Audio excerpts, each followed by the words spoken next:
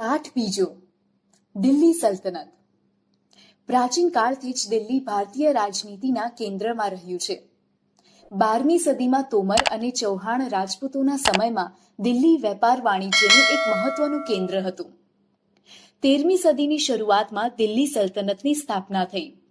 ઈસવીસન 1206 થી ઈસવીસન 1526 દરમિયાન ઉત્તર ભારતના વિશાળ વિસ્તાર ઉપર શાસન કરનાર શાસકોને સુલતાન અને શાસનકાળને દિલ્હી સલ્તનત તરીકે ઓળખવામાં આવે છે. આ શાસકો મૂળભૂત રીતે તુર્ક અને અફઘાન મૂળના હતા.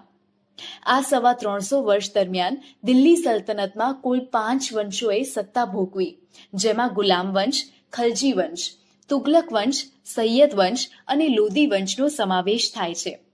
દિલ્હી સલ્તનતની સાથે આપણે આ પાઠમાં વિજયનગર અને બહમની સામ્રાજ્યનો પણ અભ્યાસ કરીશું. દિલ્હી સલ્તનતના શાસકો.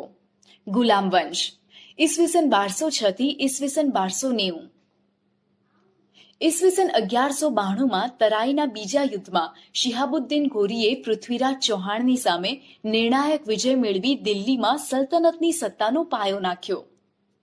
મુહમ્મદ ઘોરીના ગુલામ કુતુબુદ્દીન ઐબક મામલુક વંશનો હતો. માત્ર 5 વર્ષના તેના શાસનકાળમાં તેણે સલ્તનત સત્તાને જાળવી રાખવાનો પ્રયત્ન કર્યો. ઈસવીસન 1210માં પોલો રમતા ઘોડા પરથી પડી જવાના કારણે તેનું મૃત્યુ થયું.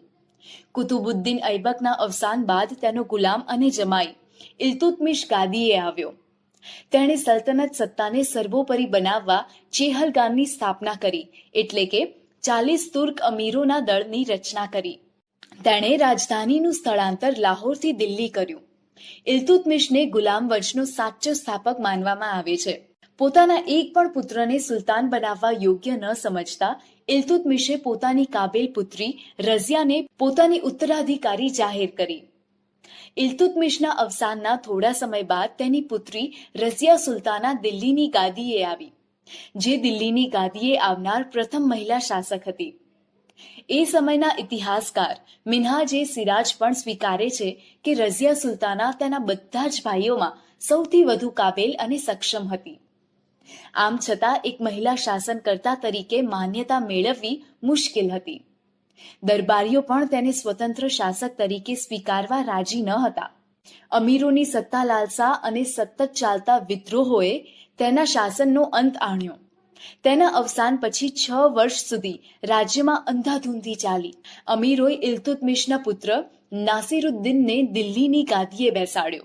21 વર્ષના તેના શાસનકાળ બાદ તેનું અવસાન થતાં ગ્યાસુદ્દીન બલબન ગાદીએ આવ્યો. તેણે ચેહલગાન દળનો નાશ કરી શાસનતંત્ર પરથી અમીરોની પકડને હળવી કરી. તેણે રાજાનું સ્થાન વધુ મજબૂત બનાવ્યું. બલબન સાહિત્ય અને કલાનો પોષક પણ હતો. 22 વર્ષના તેના શાસનના થોડા સમય બાદ દિલ્હી સલ્તનત પર ખલજી વંશની સ્થાપના થઈ.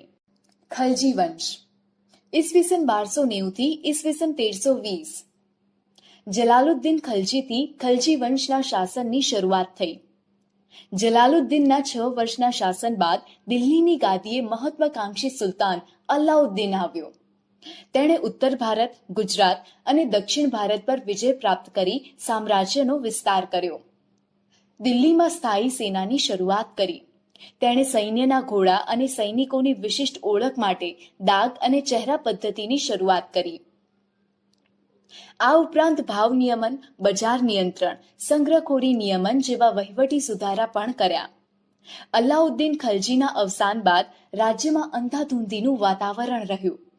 ખલજી રાજવંશનો અંત આણી દિલ્હીની ગાદીએથી તુગલક શાસનની શરૂઆત કરનાર ગિયાસુદ્દીન તુગલક હતો.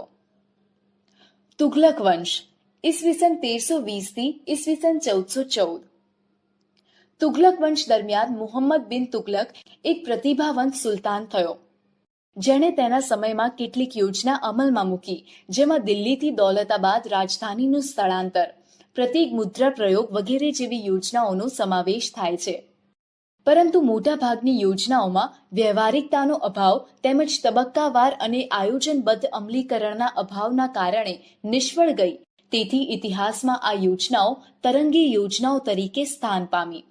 મુહમ્મદ તુગલકના સમયમાં આફ્રિકન મુસાફર ઇબ્ન બતુતા ભારતની મુલાકાતે આવેલ મુહમ્મદ તુગલક બાદ તેનો પિતરાઈ ભાઈ ફિરોઝ શાહ તુગલક ગાદીએ આવ્યો.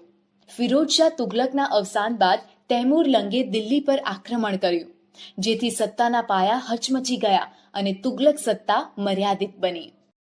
સૈયદ વંશ ઈસવીસન 1414 થી ઈસવીસન 1451 અને લોદી વંશ ઈસવીસન 1451 થી ઈસવીસન 1526. તુગલક વંશના શાસનના અંત બાદ ખિજ્ર ખાંએ સૈયદ વંશની સ્થાપના કરી. સૈયદ વંશ બાદ બહલોલ લોદીએ લોદી વંશની સ્થાપના કરી. બહલોલ લોદી સલ્તનતનો પ્રથમ અફઘાન શાસક હતો. લોદી વંશનો અંતિમ બાદશાહ ઇબ્રાહિમ લોદી હતો.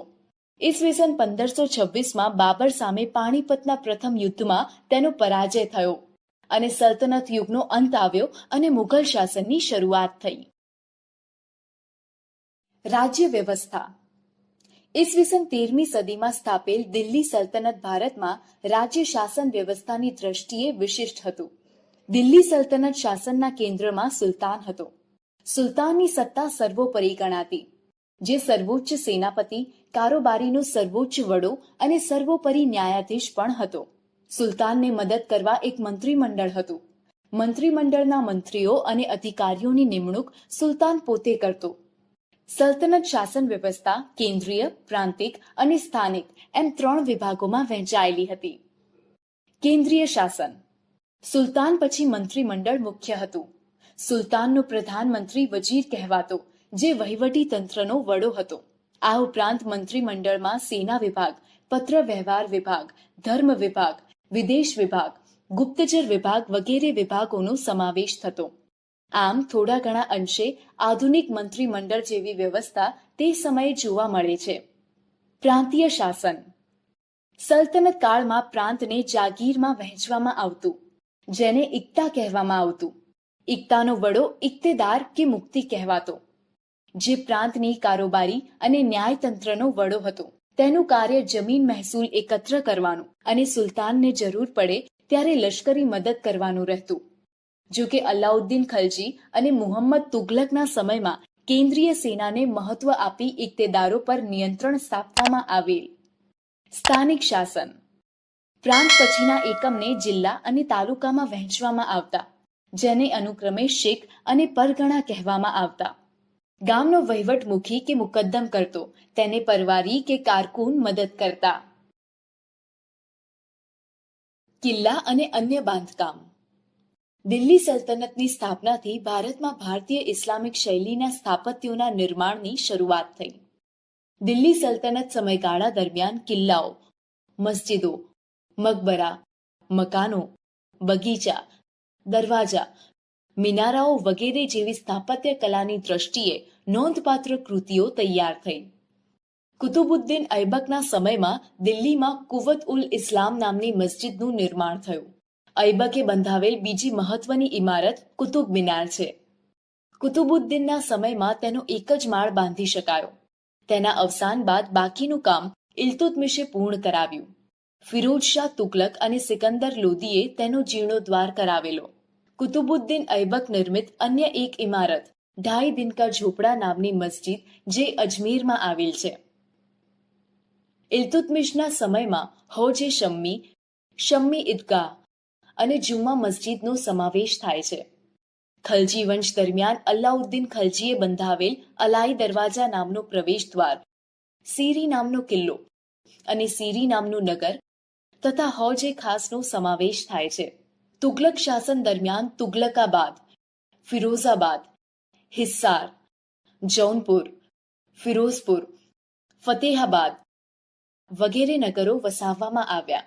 આ સમયગાળા દરમિયાન દિલ્હીમાં અનેક કિલ્લાઓ, મસ્જિદો, તળાવો, મહેલો, સ્નાનાગારો, મકબરાઓ, પુલો, સરાઈઓ, બગીચાઓ વગેરેનું નિર્માણ થયું.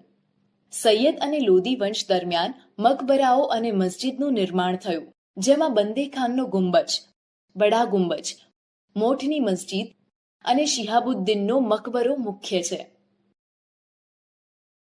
વિજયનગર સામ્રાજ્ય ઈસવીસન 1206 થી ઈસવીસન 1290. તુગલક વંશના નિર્બળ સુલતાનોના સમય દરમિયાન દિલ્હી સલ્તનતના વિઘટનની પ્રક્રિયાનો પ્રારંભ થયો. સૈયદ વંશ અને લોદી વંશ દરમિયાન આ પ્રક્રિયા ઝડપી બની. તૈમૂરના આક્રમણના કારણે પણ સ્થિતિ વધુ વણસી હતી. આ બધી પરિસ્થિતિના કારણે ઉત્તર અને દક્ષિણ ભારતમાં અનેક પ્રદેશો સ્વતંત્ર થયા, જેમાં વિજયનગર, બહમની, માળવા, મેવાડ, બંગાળ, જૌનપુર વગેરેનો સમાવેશ થાય છે. અહીં આપણે વિજયનગર અને બહમની રાજ્ય વિશે થોડી વાત કરીશું. હરિહરાય અને બુક્કારાય નામના બે ભાઈઓએ તુંગભદ્રા નદીના કિનારે પોતાના રાજ્યની રાજધાની બનાવી વિજયનગર સામ્રાજ્યનો પાયો નાખ્યો. શરૂઆતમાં આ નગર તેમના ગુરુ સ્વામી વિદ્યારણ્યના નામ પરથી વિદ્યાનગર તરીકે ઓળખાયું. પાછળથી તેમના સમ્રાટોની લશ્કરી સફળતાના કારણે તે વિજયનગર તરીકે ઓળખ પામ્યું. હરિહરાય અને બુક્કારાય સંગમ વંશના રાજા હતા. વિજયનગર સામ્રાજ્યમાં સંગમ વંશ, સાલુવ વંશ, તુલુવ વંશ અને અરવિંદુ વંશે શાસન કર્યું. હરિહરાય પ્રથમ અને બુક્કારાયે નાના રાજ્યને સામ્રાજ્ય બનાવવામાં મહત્વનું યોગદાન આપ્યું. સાલુવ વંશનું શાસન 20 વર્ષ ચાલ્યું અને ત્યારબાદ તુલુવ વંશની સ્થાપના થઈ. તુલુવ વંશમાં કૃષ્ણદેવરાય જેવો શ્રેષ્ઠ શાસક થયો, જે માત્ર તુલુવ વંશનો જ નહીં, સમગ્ર વિજયનગર સામ્રાજ્યનો સર્વશ્રેષ્ઠ શાસક સાબિત થયો. એટલું જ નહીં, તેને ભારતના એક મહાન શાસક બનવાનું ગૌરવ પણ મળ્યું. તેણે શાસન દરમિયાન અનેક વિજયો હાંસલ કર્યા. કૃષ્ણદેવરાયનું મોટા ભાગનું જીવન યુદ્ધભૂમિ પર પસાર થવા છતાં તેણે વહીવટી તંત્રની ઉપેક્ષા કરી ન હતી. તેણે રાજ્યમાં તળાવો, નહેરો ખોદાવી ખેતીવાડીને સમૃદ્ધ કરી. કેટલાક અયોગ્ય વેરાઓ નાબૂદ કરી પ્રજાનો પ્રેમ મેળવ્યો. વિજયનગરની પાસે નાગલપુર નામનું નગર વસાવ્યું અને તેને અનેકવિધ ઇમારતો અને મંદિરોથી શણગાર્યું. કૃષ્ણદેવરાય પોતે વિદ્વાન હતા. તેમણે સંસ્કૃત અને તેલુગુ ભાષામાં કેટલાક ગ્રંથો લખ્યા હતા. તેના સાહિત્ય કલાના ઉત્તેજનાના કારણે તે આંધ્રના ભોજ તરીકે ઓળખ પામ્યા. કૃષ્ણદેવરાયના અવસાન બાદ વિજયનગરમાં આંતરિક સંઘર્ષ અને કાવતરા શરૂ થયા. 23 જાન્યુઆરી 1565ના તાલીકોટાના યુદ્ધમાં મુસ્લિમ રાજ્યોના બનેલા સંઘની સામે વિજયનગરનો પરાજય થયો. યુદ્ધ બાદ પણ વિજયનગર સામ્રાજ્ય એક સદી સુધી ટકી રહ્યું, પણ પહેલા જેટલી ભવ્યતા પ્રાપ્ત કરી શક્યું નહીં. બહમનીનું રાજ્ય ઈસવીસન 1347 થી ઈસવીસન 1518. તુગલક વંશના સમયમાં જ દખ્ખણમાં ઝફરખાને બહમની રાજ્યની સ્થાપના કરી. આ રાજ્યે લગભગ 1.5 સદી સુધી દક્ષિણ ભારતની રાજનીતિ પર પ્રભાવ પાડ્યો. ઝફરખાને અલ્લાઉદ્દીન બહમન શાહ નામ ધારણ કરી સ્વતંત્ર શાસન કર્યું. તેણે નવા સ્વતંત્ર રાજ્યની રાજધાની ગુલમર્ગને બનાવી પોતાના રાજ્યમાં અનેક પ્રદેશો જોડ્યા. બહમની સામ્રાજ્યમાં અહમદ શાહ અને મુહમ્મદ શાહ ત્રીજાનું શાસન નોંધપાત્ર છે. અહમદ શાહે ગુલમર્ગથી રાજધાની બીડર ખસેડી અને બીડરમાં અનેક ઇમારતો બંધાવી. મુહમ્મદ શાહ ત્રીજાનો વજીર મહમૂદ ગવા હતો. તેણે સક્ષમ વહીવટી તંત્રની રચના કરી.